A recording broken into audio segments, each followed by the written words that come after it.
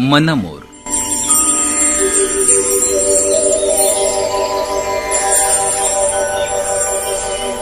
लेखिका आणि संवादिका डॉक्टर वीणा पवार. मानपान. नमस्कार मंडळी. सगळ्यांची लाडकी सोनी पाहता पाहता मोठी झाली आणि उद्यावर तिच्या लग्नाचा मुहूर्त येऊन ठेपला. आज वऱ्हाडी मंडळी येणार, त्यांच्या स्वागताची तयारी आणि आपलेही येणारे नातेवाईक यांचं आगत स्वागत सुरू झालं. हा हा म्हणता वऱ्हाडाची गाडी दारात येऊन उभी राहते आणि मग एकच गलका सुरू होतो.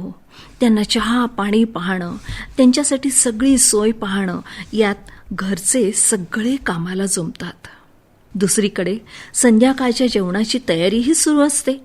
त्या आचार्याला लागणाऱ्या सगळ्या वस्तू व्यवस्थित पुरतायत ना? रात्रीच्या कार्यक्रमाचा भटजीला निरोप गेलाय ना? लाइटिंगवाले अजून आले नाहीत. एक ना दोन अनेक काळज्या तो वधूपिता वाहत असतो आणि या वऱ्हाड येण्याच्याच वेळी घरातली मोठी मुलगी आणि जावई यांचंही आगमन झालेलं असतं. इतके वर्ष जावई बापूंना मानपान घेण्याची सवय झालेली असते. ते या नवीन जावयाच्या आगमनापुढे थोडं दुर्लक्ष होतं आणि मग कुठेतरी ठिणगी पडते. आम्हाला कोण कुत्रं विचारत नाही, हे उद्गार बाहेर पडतात आणि इतका वेळ आनंदात उल्हासात असलेल्या वातावरणात एकदम तणाव निर्माण होतो. सगळेजण त्या सर्वात मोठ्या जावयाजवळ जमतात. त्याची विचारपूस, त्याचा रुसवा, बहिणीची फुणफुण सुरू होते. आम्हाला कोणी मला विचारतच नाही, आल्यावर साधा चहा सुद्धा वेळेवर मिळाला नाही, वगैरे वगैरे. मग बाकीची मंडळी काम सोडून आणि वधूपिता या बहिणीच्या आणि तिच्या नवऱ्याची समजूत काढत बसतो. खरंच हे मान देणं वगैरे गोष्टींना इतकं का महत्त्व दिलं जातं? आता हा जावई इतके वर्ष त्या घराचा मानपान स्वीकारत आलेलाच असतो ना? तरीही अशा वेळी नव्या जावयाचं स्वागत करायला सामोरं व्हायचं सोडून हा स्वतःमध्येच गुंग. मानपान मागून मिळवण्यापेक्षा आपल्या वागण्याचा, मनाचा मोठेपणा दाखवून इतरांच्याकडून आपोआप मान मिळवणं, मग तो खरा मान. तुम्ही म्हणाल, आजकाल या गोष्टी कमी झाल्या आहेत, लोक समजदार झालेत. खरंय, पण अजूनही लग्नात मानपानावरून भांडण होऊन लग्नच फिसकटल्याची उदाहरणं काही कमी नाहीत. बिचारे ते नवरा नवरी वेगळ्याच विश्वात मशगूल असतात. त्यांना या मानपान प्रकाराशी काहीही घेणं देणं नसतं. भांडणं होतात इतर नातेवाईकात, पण शिक्षा मिळते ती या दोघांना.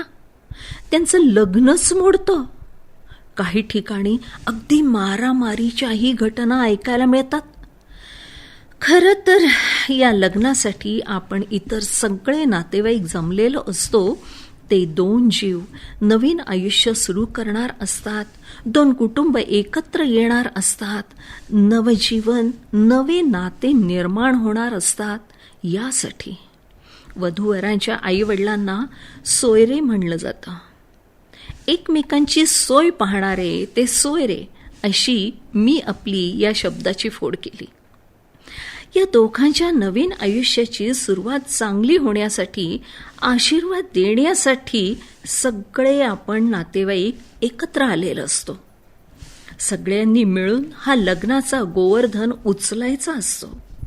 त्यासाठी हातभार लावायला आपण जमलेलो असतो.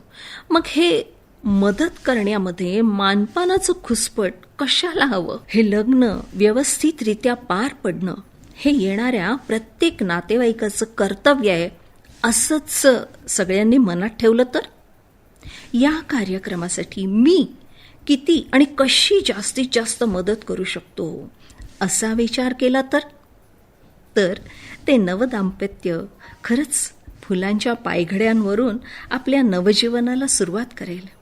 आपल्या लग्नाची आठवण म्हणजे भांडण आणि रुसवे फुगवे ही राहण्याऐवजी जी आत्तापर्यंत बऱ्याच जणांच्या लग्नाची आठवण असेल, खरं ना? पण हसत खेळत पार पडलेला कौटुंबिक कार्यक्रम अशी आठवण व्हावी आणि एक मंगलमय वातावरणात लग्न पार पाडत घराची सोनी मधुर आठवणी घेऊन सासरी जावी असं सगळ्यांनाच आवडेल ना. नमस्कार मंडळी, मनोहर कार्यक्रम तुम्हाला सगळ्यांना खूप आवडतोय हे तुमच्या शेअर लाईकवरनं मला कळतंय.